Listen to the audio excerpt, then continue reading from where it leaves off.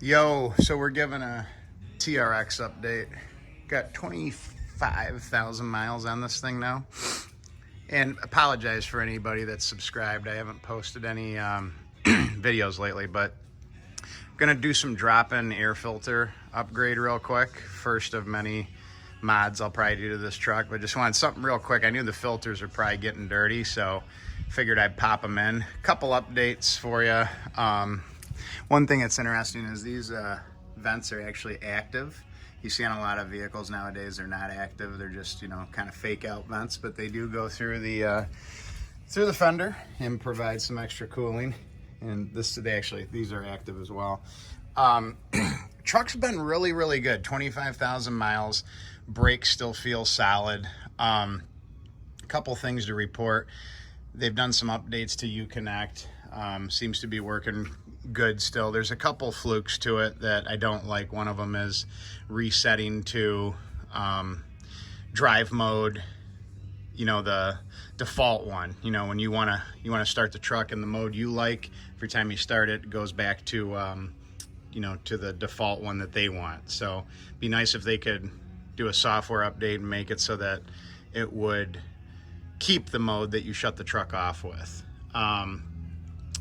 Couple other things I'm noticing about the truck.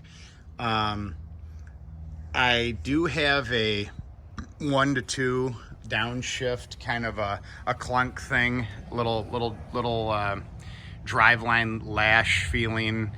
And I looked online, and some people attribute it to drive shaft, like grease joint, you know, kind of going bad, and some people have had their drive shafts replaced.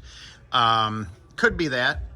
Could be powertrain update on software flash. It could be transmission related. Also, it could be related to this shock absorber on top of the axle that I don't know if you can see on this side. Let's go over here. There's a Bilstein shock absorber up there, and it could be that is getting a little play in it, because you can kind of feel too when you take off from a slow start that it's got a little play to it. So I don't know. It's nothing I'm real concerned about, but it's something that's kind of become noticeable. Matter of fact, there's been some 2 to 1 downshifts in parking lots and stuff to where you can actually kind of get a jar, you know, in your neck a little bit, like your head will kind of lunge forward. I mean, you'll definitely feel it.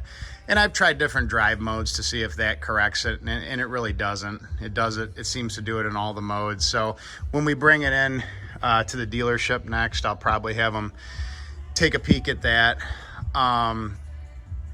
And oh yeah, regarding Uconnect, I did have a couple times where it actually locked up on me, and I had to do the old, you know, battery terminal off, touch them together, reset the whole truck type of thing.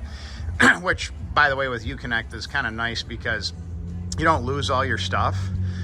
It like downloads all your settings again from the cloud or whatever, so you're not programming radio stations again and all that, which is nice. So I'm going to do this install.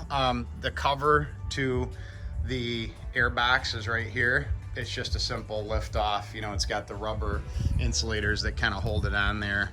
And then under here, you're going to notice these fasteners, which are, I don't know, 6 or 8 millimeter, whatever they are. So we're going to remove all these, and then you got a rubber boot right here, and we'll get down there and install the filters. I'll show you that and be back with you. See ya.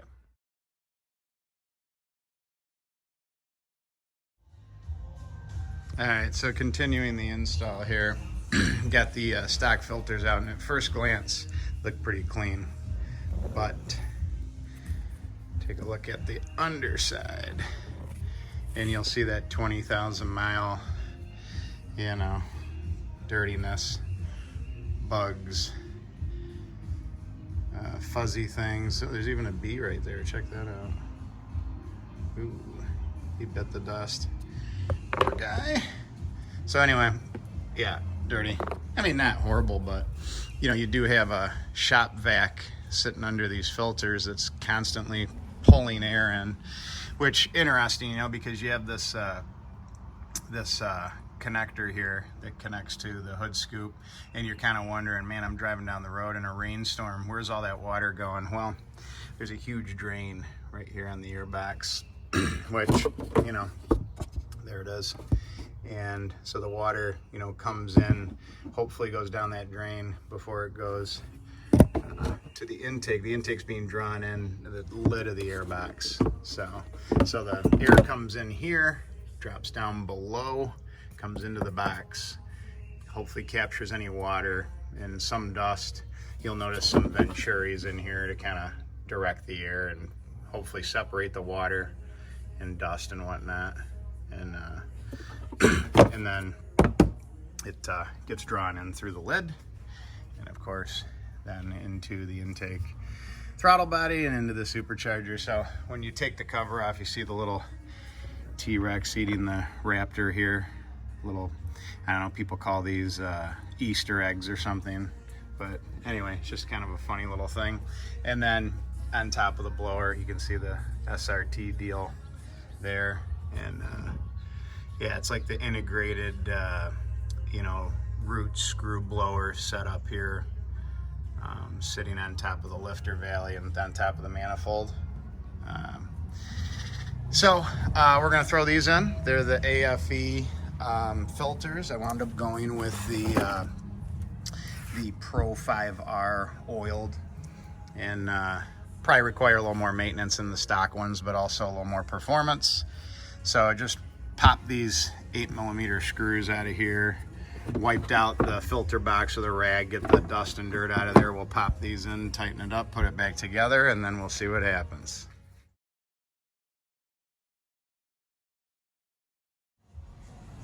All right, so the install of the AFE air filters is complete.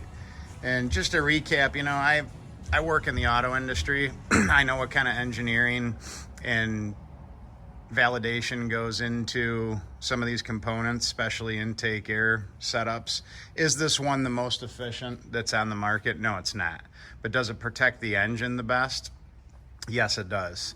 Some might argue and say, well, you're taking the stock filters out, you're reducing that protection. That's true, maybe. But certainly when you put some of these other ones on there that are aftermarket-y and really no one has tested them besides on a dyno, I just, you know, this is my daily driver. It has to be reliable. It already has 700 horsepower. You know, obviously we always want more, but there just comes a point where you say, I want reliability, I want it protected, so I'm not going to remove that factory airbox that they've put a lot of time and effort into. That's my opinion. So the install of these, it's probably about, if you're hustling, it's a 15-minute thing.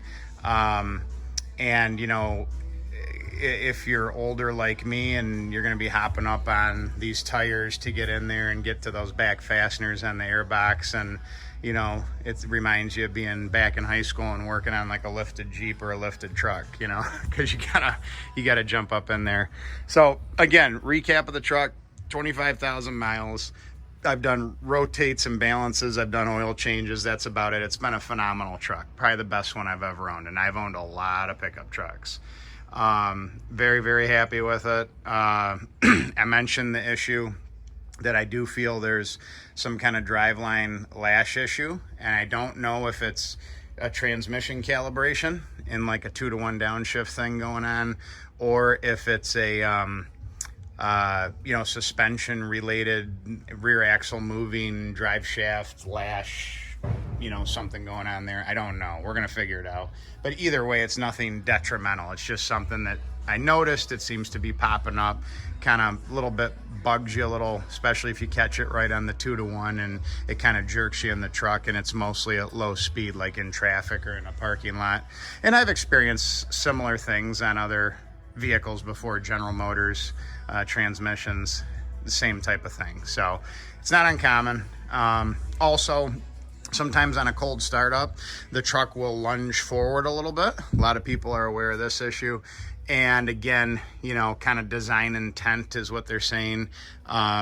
There's some transmission fluid that gets on the clutch packs and causes friction. And so there's a little bit of, you know, engagement when you first start the truck, even though it's in park. Occasionally you'll be sitting in it and you'll kind of feel it move forward like, you know, a half inch or an inch, and just kind of like, yeah, that was weird.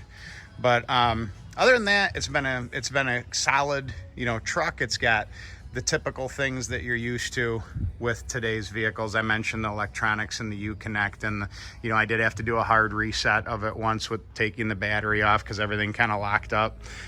But other than that, it's been very, very solid, and it's been a great truck. So as we continue to do mods, I will update you.